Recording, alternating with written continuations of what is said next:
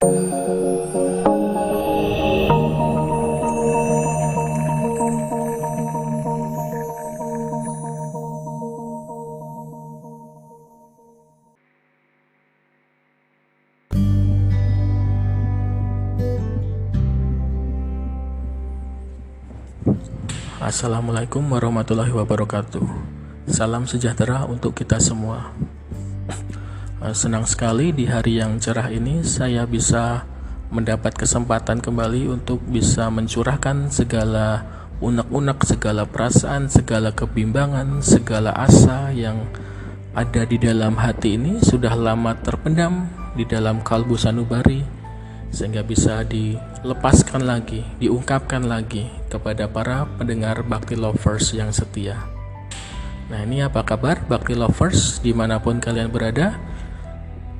Semoga dimanapun kalian berada, semoga senantiasa diberikan rahmat dan kesehatan oleh Allah Subhanahu wa Ta'ala. Amin. Nah, jadi baiklah, unek-unek saya kali ini adalah mengenai integrasi nasional. Nah, seperti kata bijak mengatakan bahwa tak kenal maka ta'aruf. Oleh sebab itu, di permulaan kita kenalan dulu dengan apa itu integrasi nasional. Jadi, makanan apa sih ini integrasi nasional, atau apa sih ini integrasi nasional? Nah, kita cari dulu definisi dari integrasi nasional. Ini ada dua kata, yaitu integrasi dan nasional. Yang pertama, menurut Oxford Learner Dictionary, integrasi atau integration merupakan the act or process of combining two or more things so that they work together. Jadi integrasi merupakan suatu upaya maupun suatu usaha atau suatu proses mengkombinasikan dua atau lebih hal-hal sehingga hal-hal tersebut bisa saling bekerja sama. Itulah integrasi.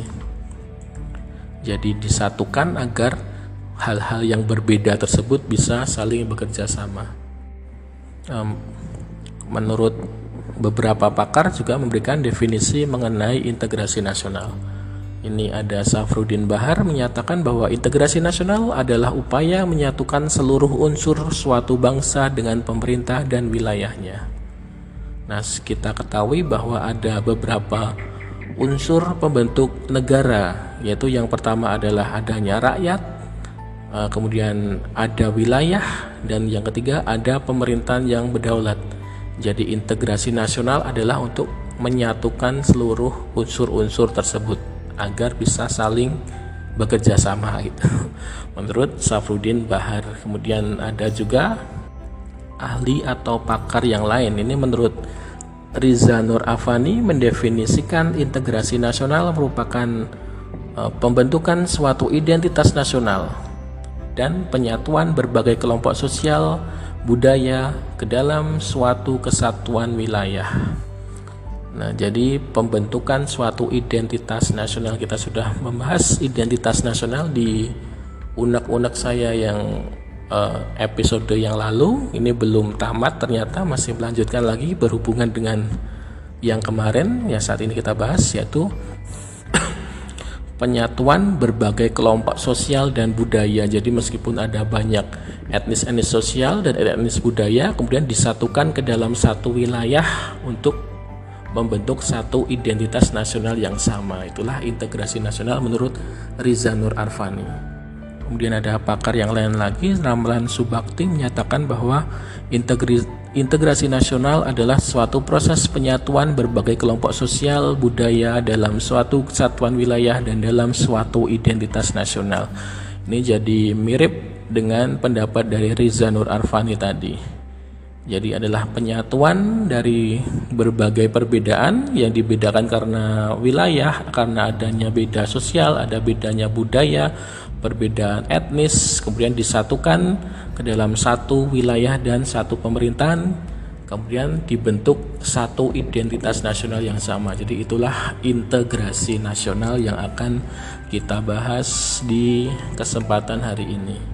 Ya, jadi sudah kenal ya apa itu integrasi nasional. Jadi sudah tidak ada lagi salah kaprah nanti dikiranya integrasi nasional adalah suatu penyatuan dua insan manusia yang saling menyayangi, saling merasa memiliki, kemudian disatukan ke dalam ikatan pernikahan. Nah, itu mungkin juga integrasi, tapi bukan integrasi yang kita bahas saat ini ya, Bakti Lovers.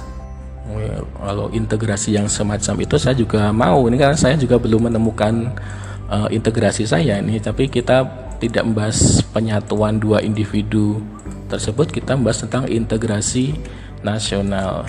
Baiklah, ada ahli lagi agar kita lebih kenal lagi apa itu integrasi nasional menurut pakar, yaitu bernama Sona Kurana. Ini merupakan pakar yang berasal dari India, menyatakan bahwa integrasi nasional atau national integration adalah the awareness of a common identity amongst the citizens of a country. It means that though we belong to different castes, religions, and regions and speak different languages, we recognize the fact that we are all one. Jadi menurut Sona Kurana ini, national integration atau integrasi nasional merupakan suatu kesadaran tentang common identity atau identitas bersama amongst the citizen, di setiap warga negara di sebuah bangsa. Ini berarti bahwa meskipun kita berbeda secara kasta, kita berbeda secara agama, kita berbeda secara wilayah, bahkan berbeda dalam bahasa kita, kita sama-sama menyadari, setiap warga negara ini sama-sama menyadari fakta bahwa kita itu adalah satu. Nah, jadi setelah adanya kesadaran yang umum ini dirasakan oleh seluruh rakyat ini, itulah yang disebut sebagai integrasi nasional. Dan this kind of integration is very important in the building of a strong and prosperous nation. Jadi integrasi nasional semacam ini sangatlah penting untuk membentuk atau membangun suatu bangsa yang sejahtera dan kuat. Jadi integrasi nasional sangat diperlukan untuk mewujudkan pembangunan dan juga tujuan dari bangsa. Nah, setelah mendengarkan beberapa pendapat dari para pakar tersebut, kita sudah mengenal apa itu integrasi nasional. Kita sudah ada gambaran tentang apa yang akan kita bicarakan, apa yang unek-unek apa yang saya entarkan kepada Bakti Lovers. Nah,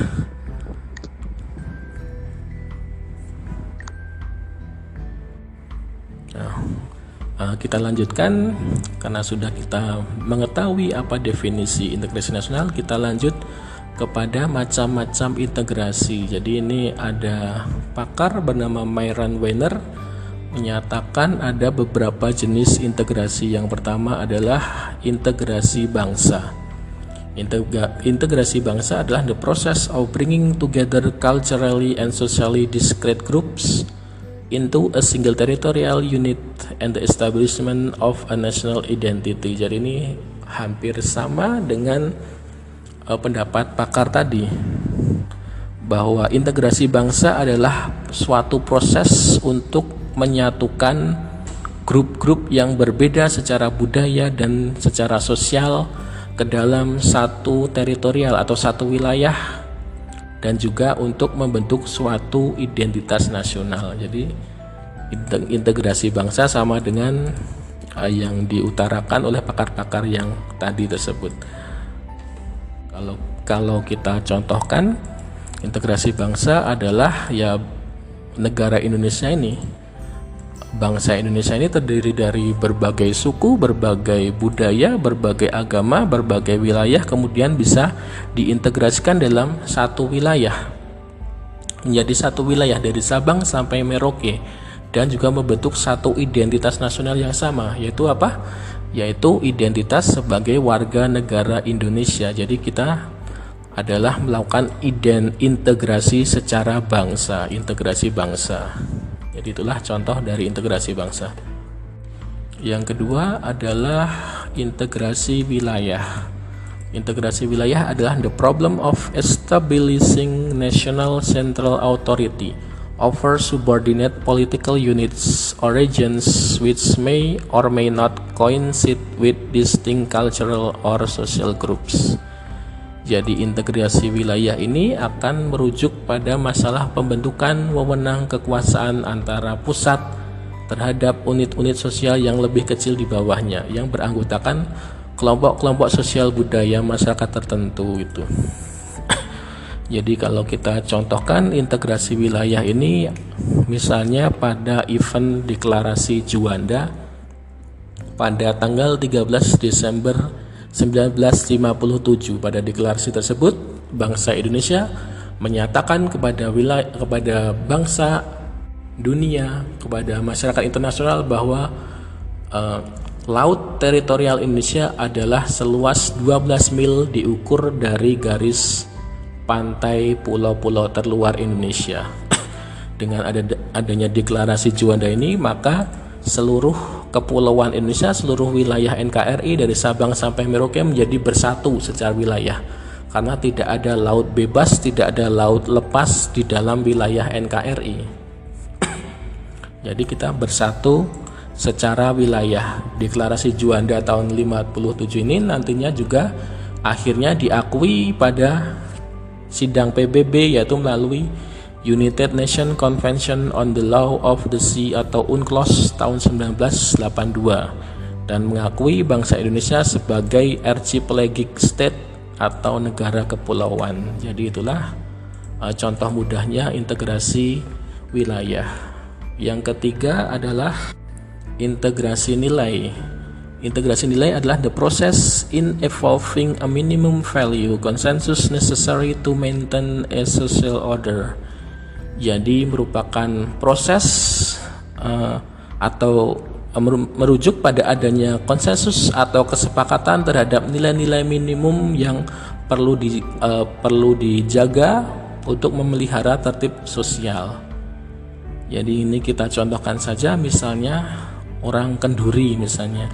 Itu kan orang-orang berkumpul karena adanya suatu nilai yang dijunjung dan harus dijaga agar bisa memelihara tertib sosial, yaitu nilai-nilai kebersamaan, nilai-nilai saling tolong-menolong, nilai-nilai bermusyawarah, nilai-nilai sosial. Jadi nilai-nilai kita kan sangat berbeda dengan nilai-nilai barat yang individualis gitu. Jadi kita lebih menjunjung nilai sosialisme, kita lebih menjunjung nilai-nilai kemasyarakatan, nilai sosial.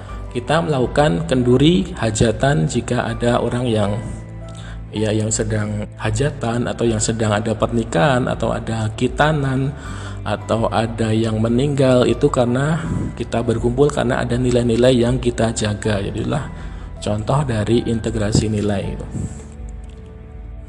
Yang keempat adalah integrasi elit massa, yaitu merupakan the problem of linking government with the governed. Jadi integrasi elit massa ini berhubungan dengan menghubungkan antara pemerintah dengan yang diperintah. Jadi agar bisa mengeliminasi atau menghilangkan perbedaan-perbedaan aspirasi dari daerah agar bersatu dengan pemerintahan di pusat gitu. Kita contohkan saja yang mudah integrasi elit massa adalah saat adanya presiden yang mengunjungi korban bencana alam. Itu kan dari pusat ke daerah semakin bersatu itu. Kemudian jika ada presiden yang mengumpulkan para gubernur-gubernur di daerah untuk rapat di Istana Negara, itu juga salah satu integrasi antara elit dengan masyarakat. Kemudian yang kelima adalah integrasi tingkah laku. Integrasi tingkah laku merupakan atau integrative behavior referring to the capacity of people in a society to organize for some common purpose. Jadi berhubungan dengan penciptaan dan penerimaan tingkah laku terintegrasi di masyarakat demi mencapai tujuan bersama. Jadi masyarakat di sini saling bersatu karena adanya tujuan bersama atau common purpose. Contoh sederhananya saja, kalau misalnya ada dua desa yang saling bersatu, saling bergotong royong untuk membangun jembatan penghubung, itu juga termasuk integrasi tingkah laku. jadi itulah salah satu jenis-jenis integrasi menurut Myron Weiner. Kemudian klasifikasi integrasi nasional dibedakan lagi bukan hanya di bidang politik, tapi juga di bidang ekonomi dan juga di bidang sosial budaya. Kalau di bidang politik atau integrasi politik ini dibagi lagi menjadi dua, yaitu integrasi dimensi vertikal dan dimensi horizontal. Dimensi vertikal berarti para pihaknya tidak sejajar karena vertikal atas dan bawah.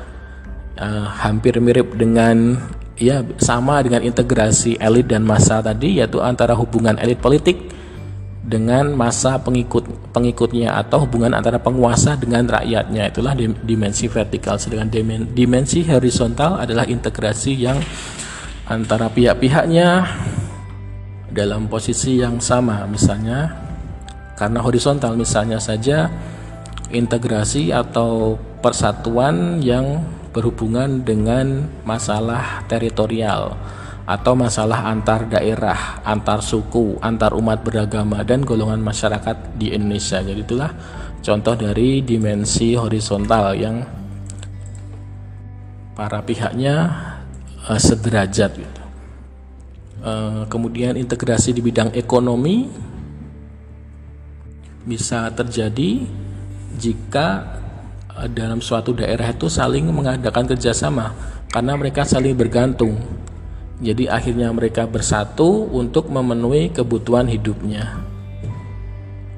Kalau contohnya integrasi ekonomi ini misalnya ada masyarakat ekonomi ASEAN atau globalisasi atau pasar bebas, itu juga bisa disebut sebagai integrasi ekonomi atau penyatuan secara ekonomi karena daerah-daerah atau negara-negara menjadi saling ketergantungan, saling bekerja sama untuk memenuhi kebutuhannya. Jadilah integrasi juga bukan hanya di bidang hukum saja atau di bidang politik saja, tapi juga dari bidang ekonomi dan juga bidang sosial budaya.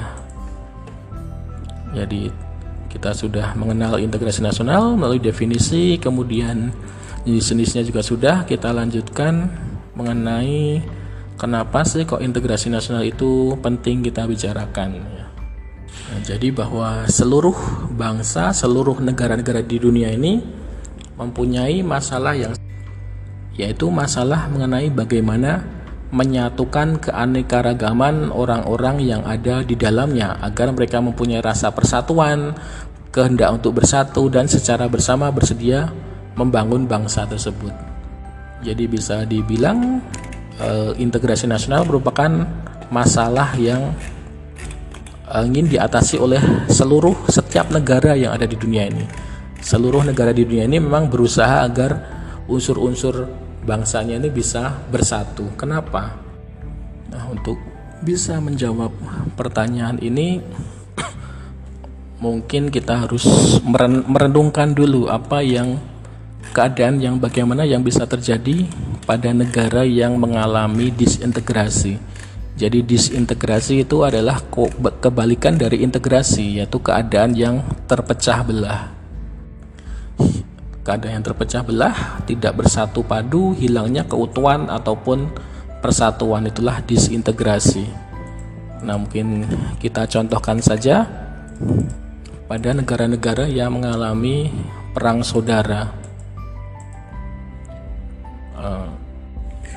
Kita bisa melihat keadaan-keadaan yang terjadi di benua Afrika.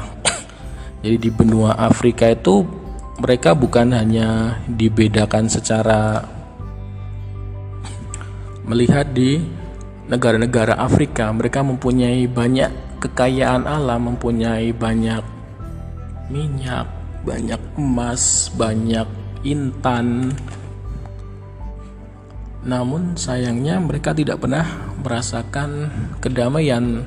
Ada banyak pemberontakan misalnya di negara Nigeria, di negara Sudan. Itu mereka banyak sumber daya alamnya, tapi termasuk ke dalam negara yang miskin dengan penduduk yang miskin. Itu kan sebuah ironi karena mereka tidak mempunyai persatuan dalam penduduknya.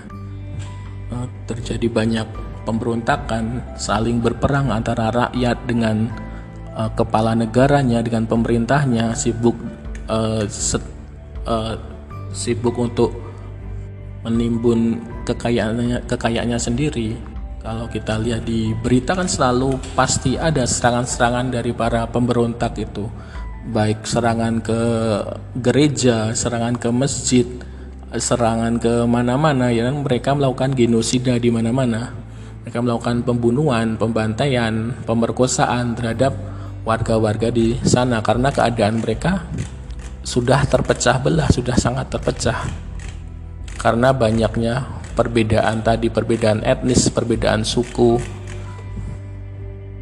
Kita tidak perlu bertanya lagi bagaimana keadaan penduduknya di sana, pastinya akan sangat menderita. Boro-boro bisa mengenyam pendidikan yang baik, untuk makan saja bakalan kesulitan. Boro-boro untuk bisa makan agar bisa tetap hidup di kemudian hari saja mereka was-was, karena selalu ada berita-berita penyerangan, berita-berita pemboman, berita-berita penyerangan seperti itu. Jadi itulah yang terjadi jika suatu negara itu sudah mengalami disintegrasi, mengalami peperangan di dalam negerinya karena adanya civil war atau perang bersaudara. Contoh yang lain saja, negara yang mengalami perpecahan di masa pembentukannya, di masa lahirnya, tapi sudah mengalami perpecahan, ini di negara Sri Lanka. Di Sri Lanka itu terdapat dua etnis, yaitu etnis Sinhala yang asli Sri Lanka dengan etnis Tamil yang bukan pendatang dari India. Etnis Sinhala itu mempunyai bahasa Sinhalese dan agamanya Theravada Buddha, sedangkan Tamils menggunakan bahasa Tamil dan agamanya beragama Hindu. Jadi saat pembentukan negara Sri Lanka itu mereka tidak terjadi kesepakatan atau integrasi mengenai identitas nasionalnya. Jadi etnis Sinhala ini ingin agar negara Sri Lanka nantinya akan beragama Buddha dan menggunakan bahasa nasionalnya adalah bahasa Sinhalese. Sedangkan dari etnis Tamil ini tidak setuju. Mereka ingin bahwa Sri Lanka yang negara merdeka, yang baru merdeka nanti akan menggunakan bahasa Tamil dan agamanya Hindu. Karena tidak terjadi kesepahaman sehingga kedua etnis tersebut saling berperang gitu. Jadi Sri Lanka ini mengalami disintegrasi bahkan saat dia sedang berdiri menjadi negara. Setelah terjadi banyak perang Elam pertama pada tahun 1976, perang Elam kedua, perang Elam ketiga sampai tahun 2002 ini, akhirnya pemberontak yang dinamai Macan Tamil ini kalah dengan pemerintah Sri Lanka. Baru akhirnya bisa mulai adanya integrasi di Sri Lanka. Jadi kita patut bersyukur dahulu saat bangsa Indonesia merdeka, para founding fathers kita saling berlapang dada untuk tidak ngotot memaksakan kehendak agar budaya mereka dijadikan identitas nasional. Jadi untungnya saja bangsa Indonesia dulu bersepakat bahwa Pancasila adalah dasar negara, bahwa bahasa Indonesia adalah bahasa persatuan kita. Nah, jadi kita bisa tidak senasib dengan negara Sri Lanka ini. Nah, jadi bisa disimpulkan kenapa integrasi nasional itu penting, yaitu integrasi nasional perlu karena untuk menciptakan kesetiaan baru terhadap identitas baru yang disepakati dan dibuat selanjutnya. Jadi begitu kita merdeka menjadi negara Indonesia, kita sudah mempunyai kesetiaan terhadap identitas baru, yaitu setia terhadap identitas kita sebagai warga negara Indonesia. Kita bukan lagi setia terhadap orang Jawa, kita bukan hanya setia terhadap orang Bangka, orang Sulawesi, orang Papua, tapi kita setia kepada bangsa Indonesia. Selain itu, integrasi nasional juga sangat diperlukan oleh, saya ulangi, integrasi nasional sangat dibutuhkan oleh suatu bangsa agar bangsa tersebut bisa mencapai tujuan negaranya. Kenapa? Karena suatu pemerintah hanya akan mampu memenuhi tujuan negaranya, yaitu masyarakat yang adil dan makmur, jika terdapat persatuan dari setiap potensi masyarakat. Jadi setiap potensi masyarakat itu mau bersatu dan bekerja bersama untuk mencapai masyarakat yang adil dan makmur itu. Potensi masyarakat baik itu dari kalangan pebisnis, dari kalangan petani, dari kalangan pendidik, kalangan peneliti, itu semua saling bersatu, mau digerakkan dan mau diarahkan oleh pemerintah agar bisa mencapai masyarakat yang adil dan makmur secara merata. Demikian. Jadi itulah pentingnya integrasi nasional. Semoga bangsa kita akan selalu bersatu, selalu berintegrasi. Jangan sampai ada keinginan untuk memisahkan diri dari NKRI, jangan sampai ada upaya-upaya untuk mengadu domba, jangan sampai ada diskriminasi terhadap suatu daerah. Hal ini agar kita jangan sampai terpecah belah, jangan sampai kita terkena disintegrasi. Bentuk dari disintegrasi bisa berupa pertentangan fisik, bisa berupa perkelahian, bisa berupa tawuran, kerusuhan. Kalau skalanya lebih meningkat lagi, tentu saja menjadi revolusi, bahkan perang. Jangan sampai kita mencapai disintegrasi tersebut. Pokoknya yang pisah-pisah itu kan selalu sedih. Kita sudah punya pacar, sudah sayang-sayangnya jadi pisah. Itu kan akan sedih banget, akan sangat hancur banget hati kita. Nah, jadi jangan sampai kita terintegrasi. Baik Bakti Lovers, ini sudah hampir 30 menit kurang, dan kalau ada kesalahan kata saya mengucapkan mohon maaf. Ini versi 1, untuk selanjutnya akan saya tambah lagi. Tapi untuk sekarang mungkin ya sampai cukup di sini dulu unek-unek dan asa dari saya. Terima kasih untuk kesetiaannya. Sampai jumpa di episode mendatang. Wassalamualaikum warahmatullahi wabarakatuh. Terima kasih.